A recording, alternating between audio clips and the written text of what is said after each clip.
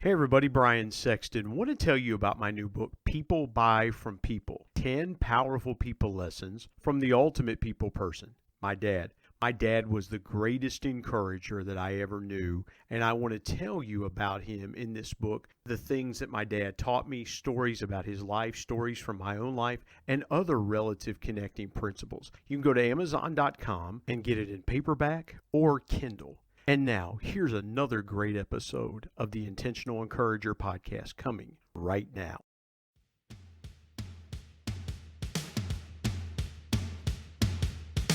Welcome to the Intentional Encourager podcast, where each episode brings you compelling conversations and stories designed to entertain, enlighten, and encourage.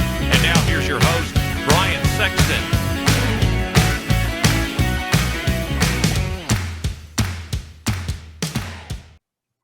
And welcome into the Intentional Encourager podcast. I'm your host, Brian Sexton. Thank you for joining us again today.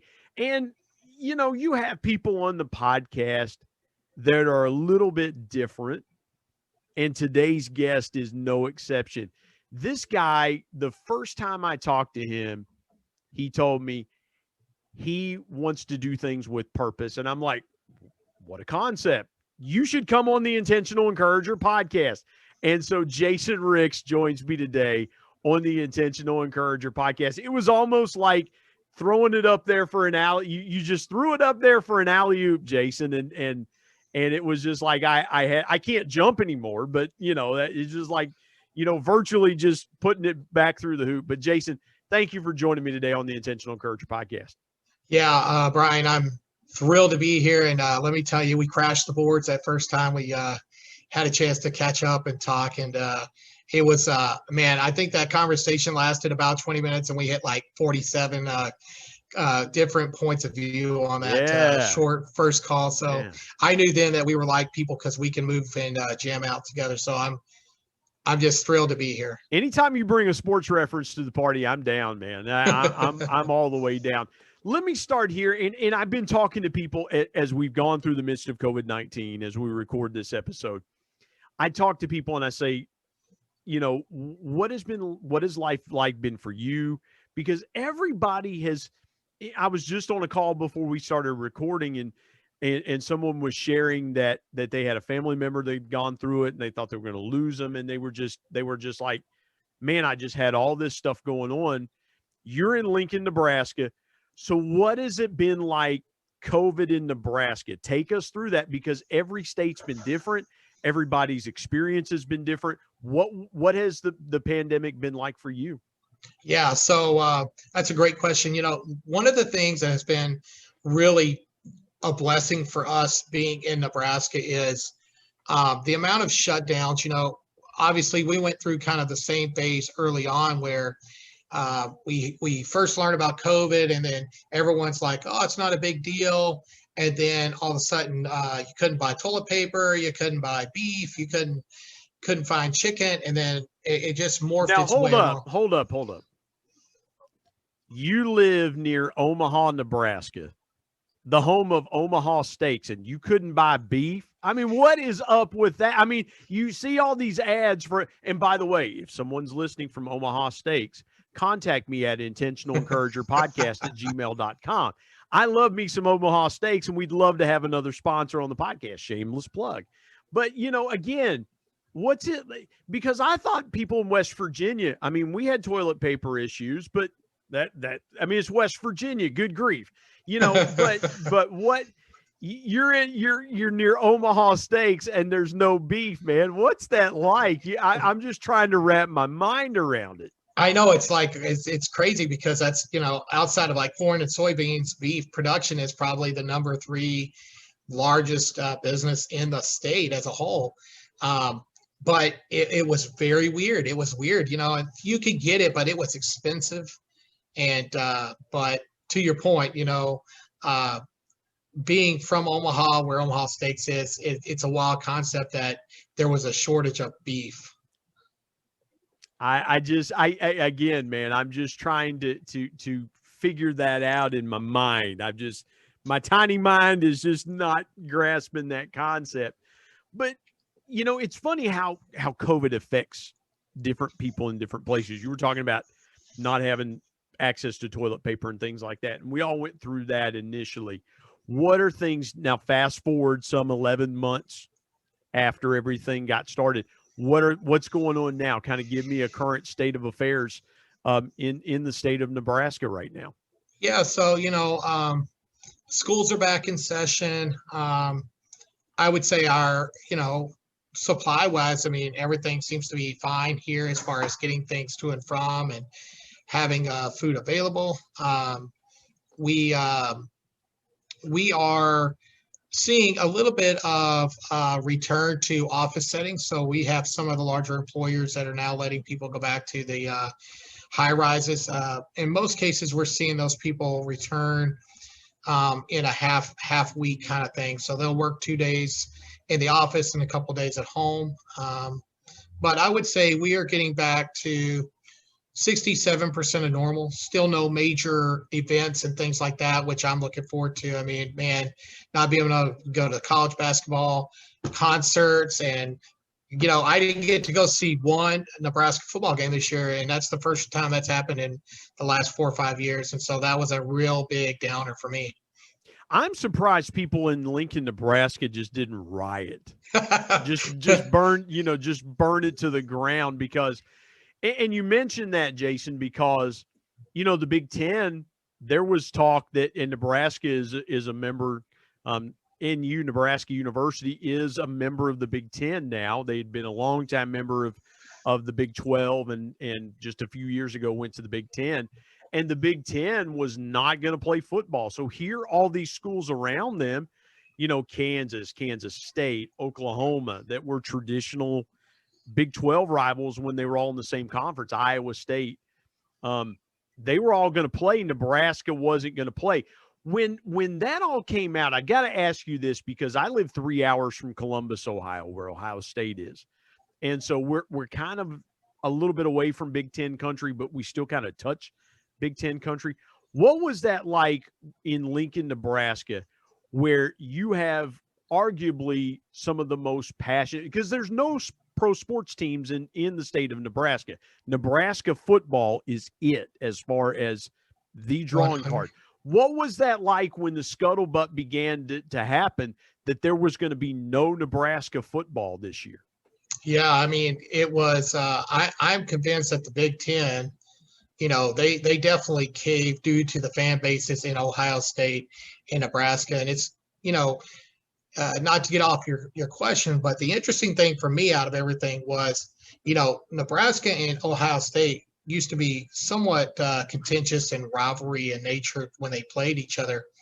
And the game this year, they kicked off the first game of the season against each other. The game just did not have that hostile feel to it, because the schools had come together to save the Big Ten. And I'm convinced that there was some pressure put on in back rooms of that we don't even know about pressure of potential people leaving. Well, Nebraska had signed it. They had an agreement worked out with the University of Chattanooga, a former rival of Marshall's, the school that I went to. And they wanted to play Chattanooga.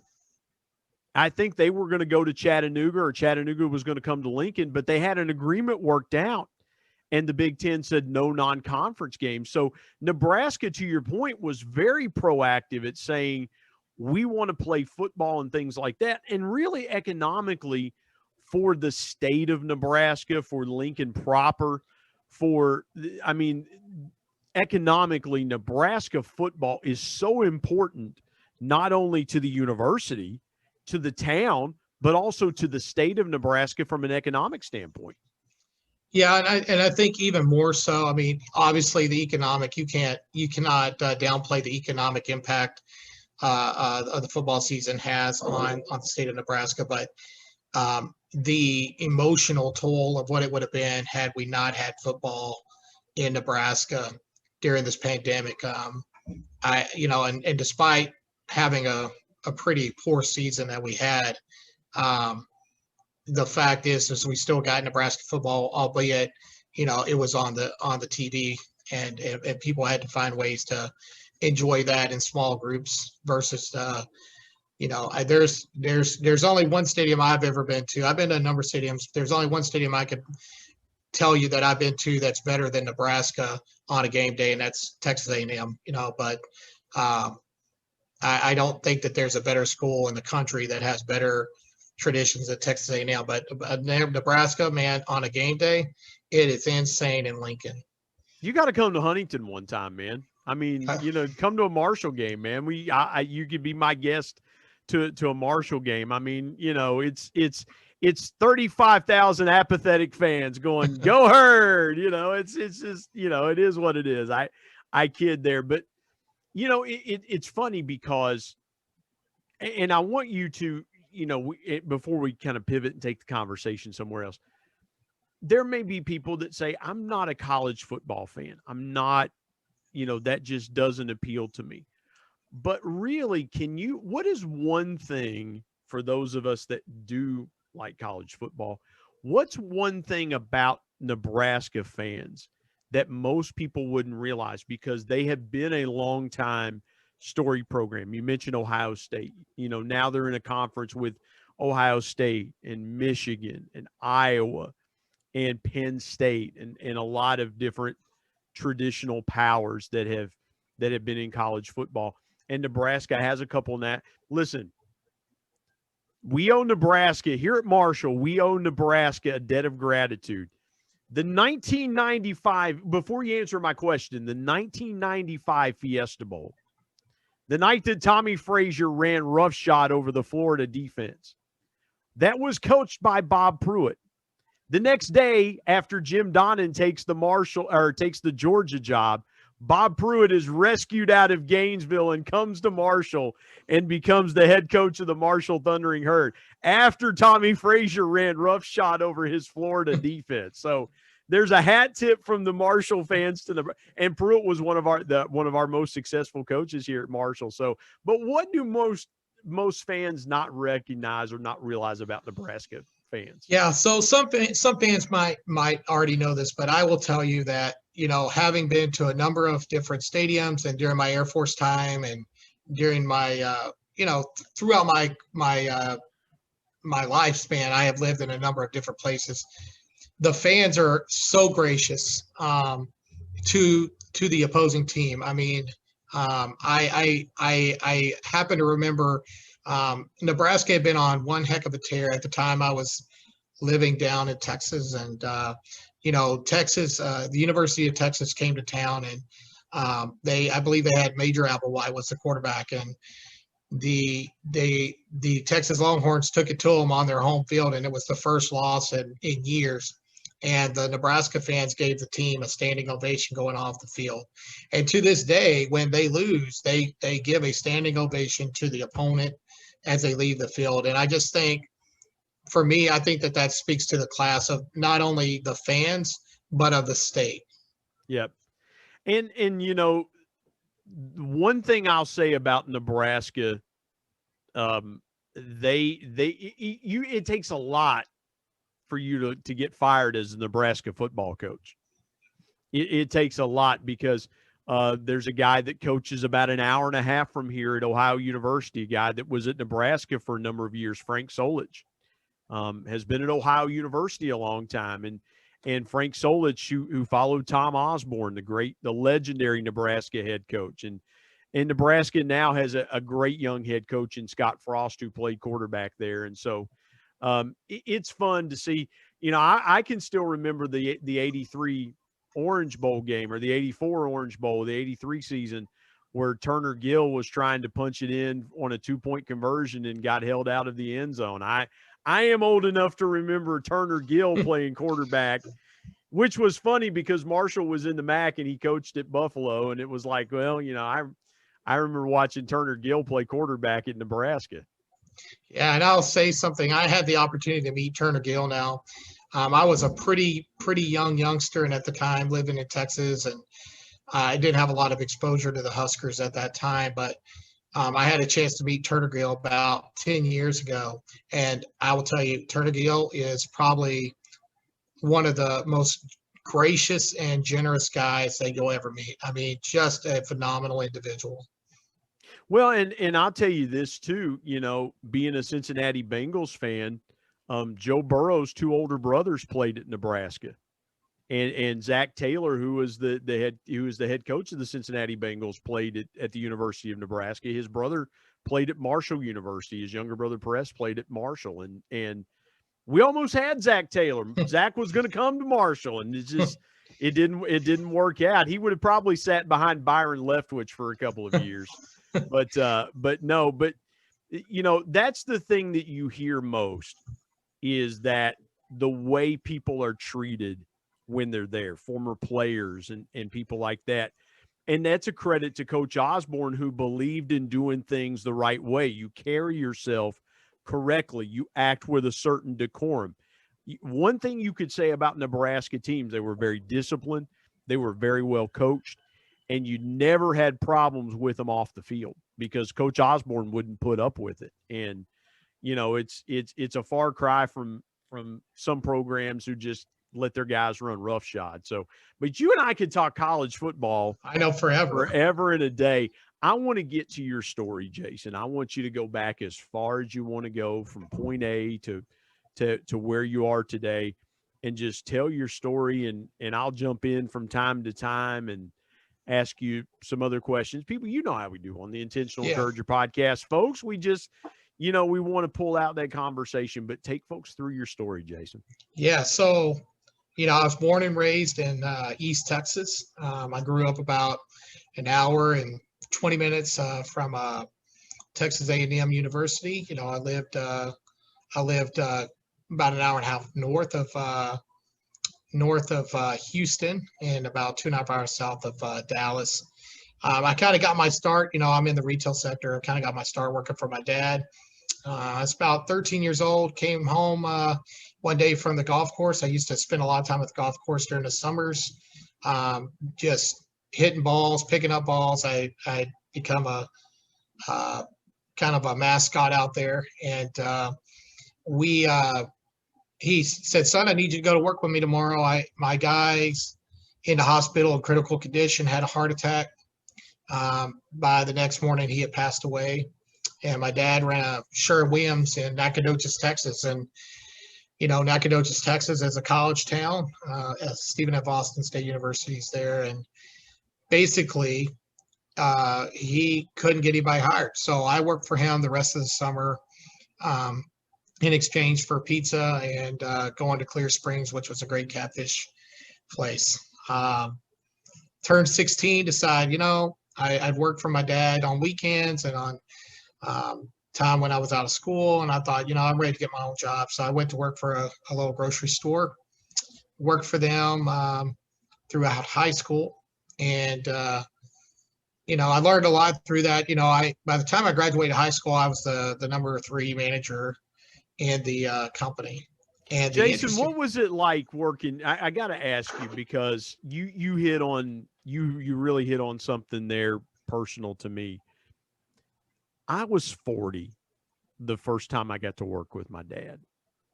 My dad and I worked together the last 10 months of his life. You were a young man, and your dad says, I need your help, kind of similar to what my dad did. When you look back, what do you think your dad saw in you other than a warm body? What do you think your dad saw in you? And what was the one thing you learned by working for your dad at such a young age? Yeah, so I think that my dad recognized early on that I had a gift of relating with people. And I think he knew at the time that I was always curious to learn. So I've always had this curiosity of learning. The more and more I learn, the better I feel. As far as, kind of thinking about what is the best thing that that I learned from my dad, it's an easy answer, and that is how he interacted with his employees and his customers.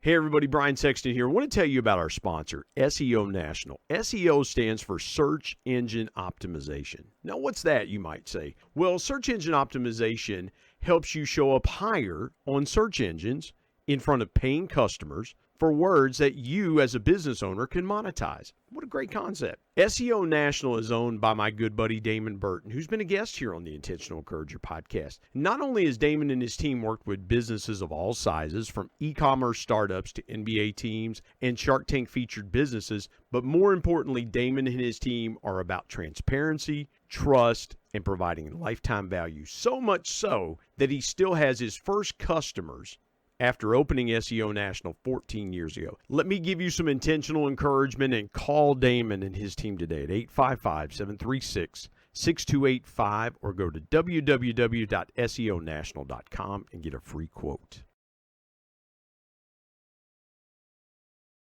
Did you ever think about staying? I mean, because here, what people don't realize, and I didn't mean to interrupt you there, but I had to go there for a minute, because the easiest thing to do is, well, my dad owns the place. I'm not going to get fired. I'm probably more likely to get spanked when I get home instead of getting fired here at work. And I can stay and I don't have to put an application in at the local grocery store. And I can stay here and work for my dad as long as I want to. But what was that pull to you, and what was that conversation like when you went to your dad and said, hey, I want to go do something else? Because I can imagine at 16, when you're in your 40s, you go, yeah, Dad, I'm ready to take off and do what I want to do. And when you're an adult, it's a little bit easier. You're 16 and you have this hard conversation with your dad, like, I think it's time for me to go somewhere else. What was that like for you? And did you have to kind of work up the courage to do that, or did you just feel like in your mind and your spirit it was time to do something else?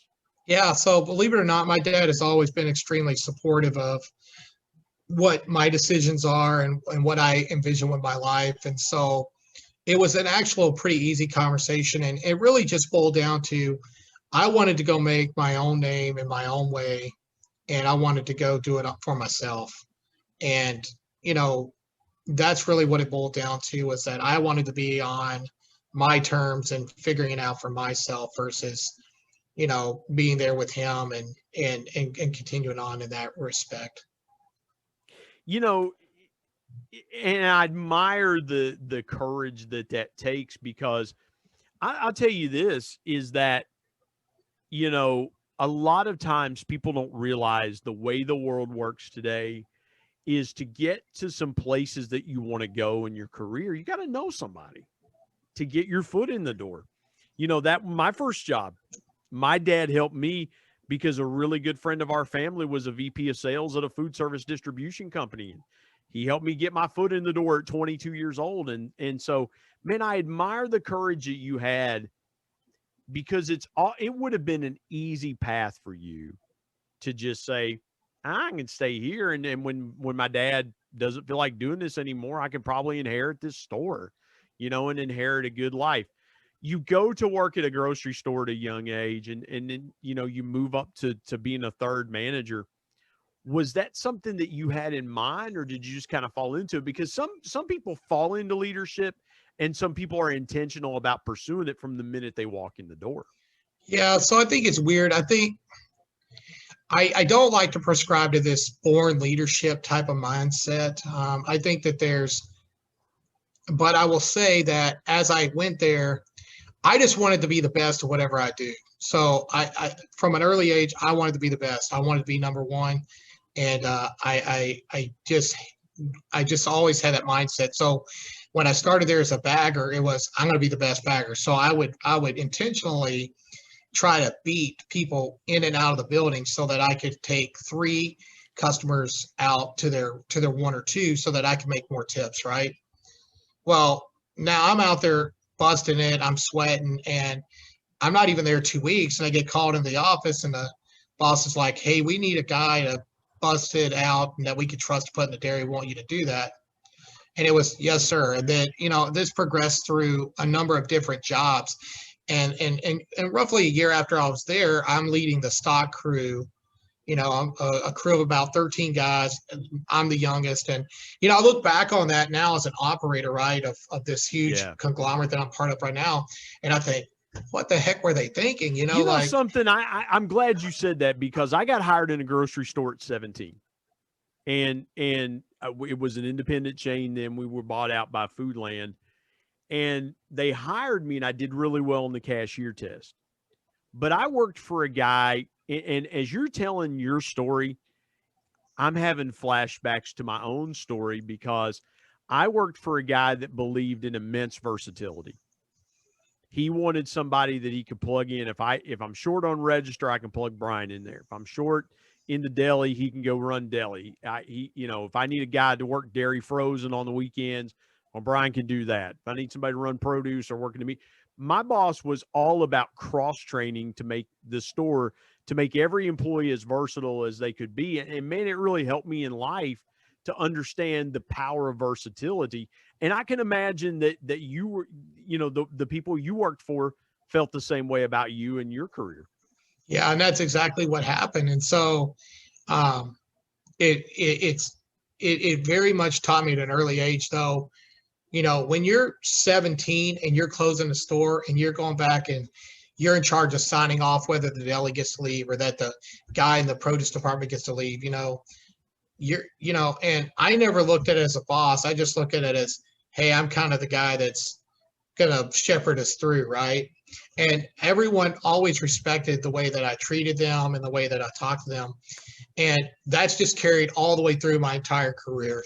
Because you had some people, and I know in our grocery store, we had people, you had part-timers that were going to college and this, that, and the other, but you had people, those were their full-time jobs. Yes. And, what you did at night affected them the next morning, and they were having to take responsibility.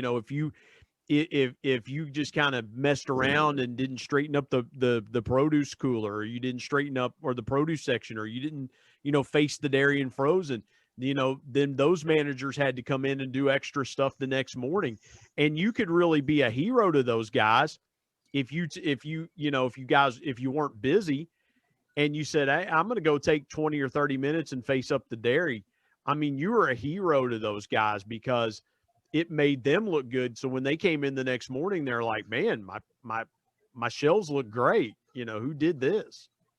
Yeah. And that was the thing that was the big differentiator. And I believe that's one of the reasons why the day I graduated high school, they handed me a key and I was the number 3 guy in our, brand new, in our hometown where we were located, Brooks Brothers, out of Lufkin, Texas, running the fresh market. And to your point, it was one of those to where you had built up so much respect that people advocated for you and you didn't even know it, and I didn't know that at the time, but over time I came to really realize, and I very much look back on those 4.5, 5 years I was in the grocery business as a special time in my life, and really helped springboard me to where I'm at today.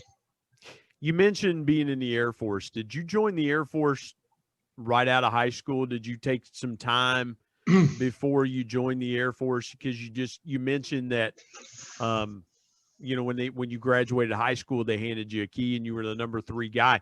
What led to your decision to join the United States Air Force? Yeah, so that's an interesting story. So I loved what I did.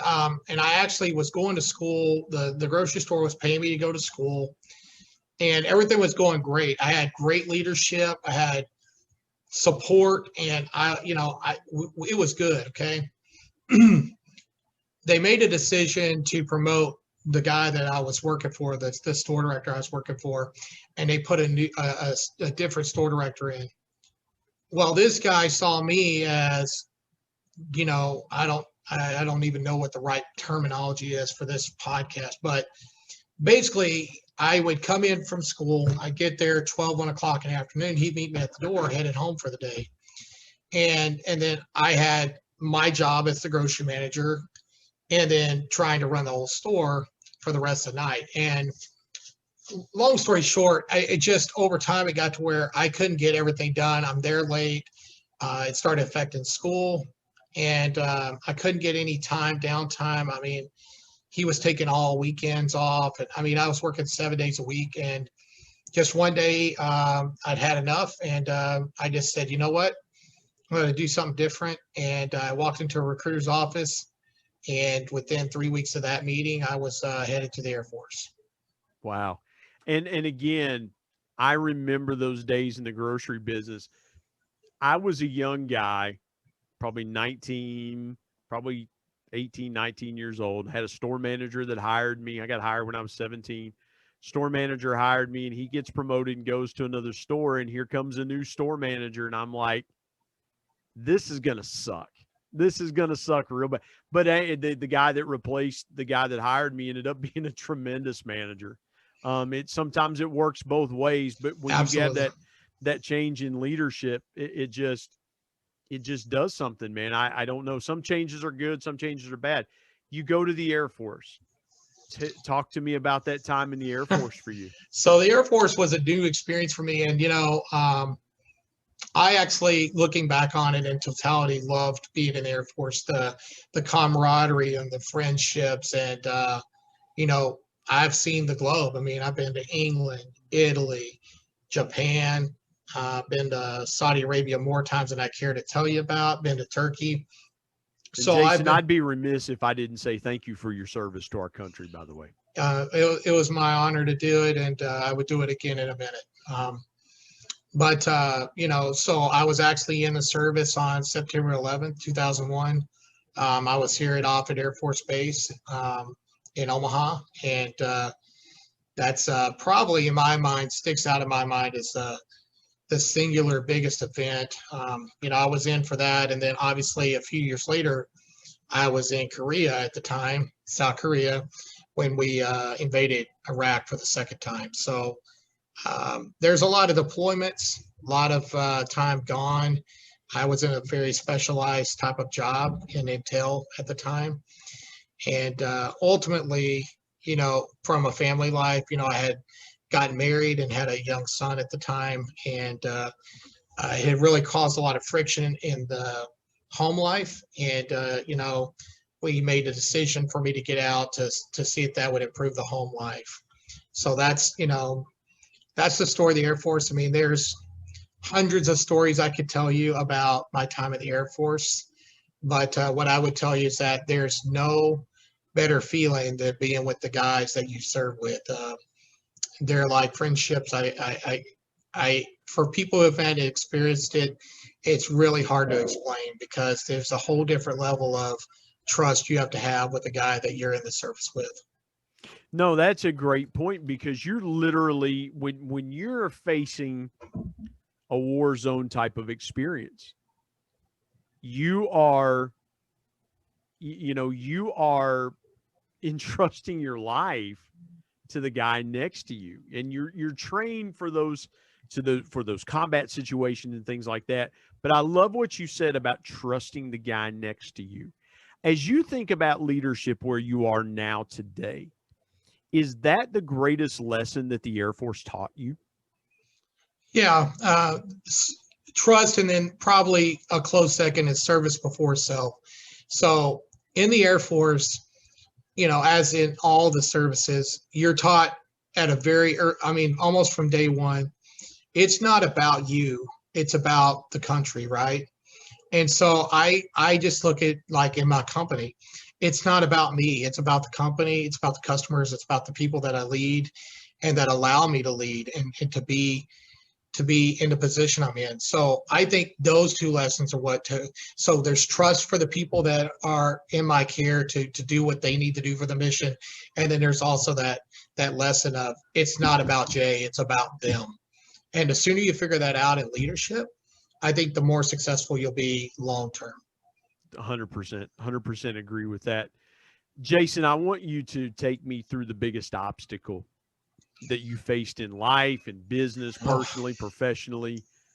Take me through the biggest obstacle that you faced, and what was the greatest lesson you learned from it? Yeah, it's almost like you're reading my mind because you lead right into where we're at. So, blind squirrel finds a nut every once in a while. My personal mission statement. I mean, it is what it is. So, man, I got to quit talking. The floor is yours. Go ahead. Yeah. So as I was exiting the Air Force, the marriage I was talking about, kind of imploded. And, not only am I trying to figure out what I'm going to do at the time, I was trying to be a stockbroker. And I was not something that I was naturally gifted at, like retail. And ended up coming home one day after work, and I've got papers. I'm being served to get divorced, and kind of got blindsided a little bit. I knew that things had been tough, but I didn't know we were at that point. I've got 2 days, end up renting a room for a guy that I knew in the service, and on an air mattress with a TV. So I lost everything in that process. You name it. I lost the car. I lost financially the money. I mean, just a devastating point in time. And, I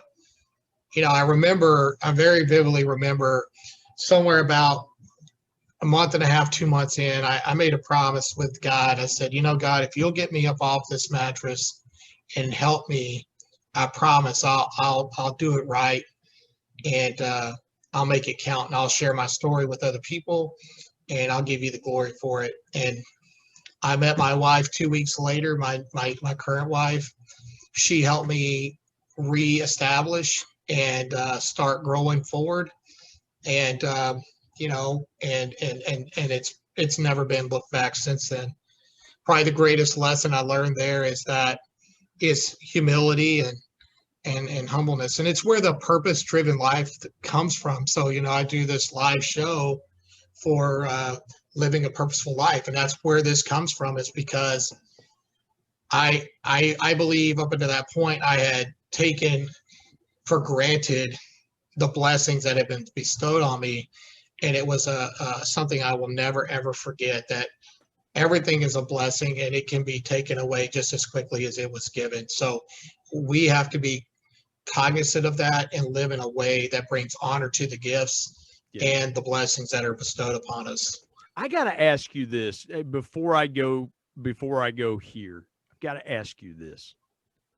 If you could go back to that time, that time, that week after everything just hits the fan, if you could today go back then and find Jason Ricks and put your arm around him, what would you tell him then that you know now?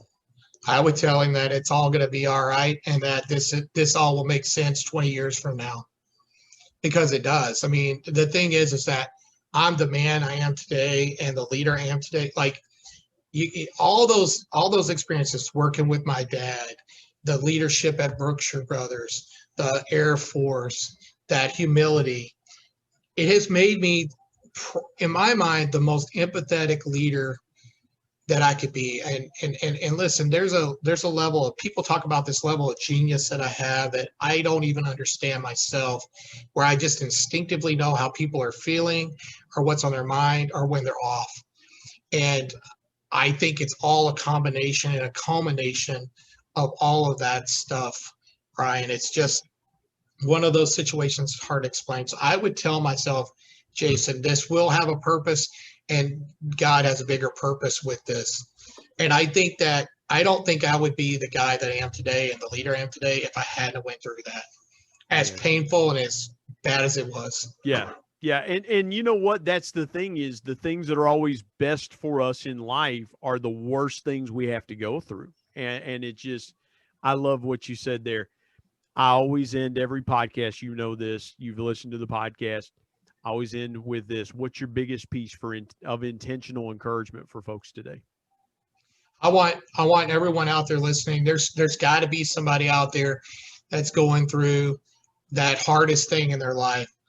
I want you to hear me. Like, there will be peace and there will be opportunity on the other side of that hardship for you to go and make it count, and to pay it forward, and to then gain understanding as to why you went through that.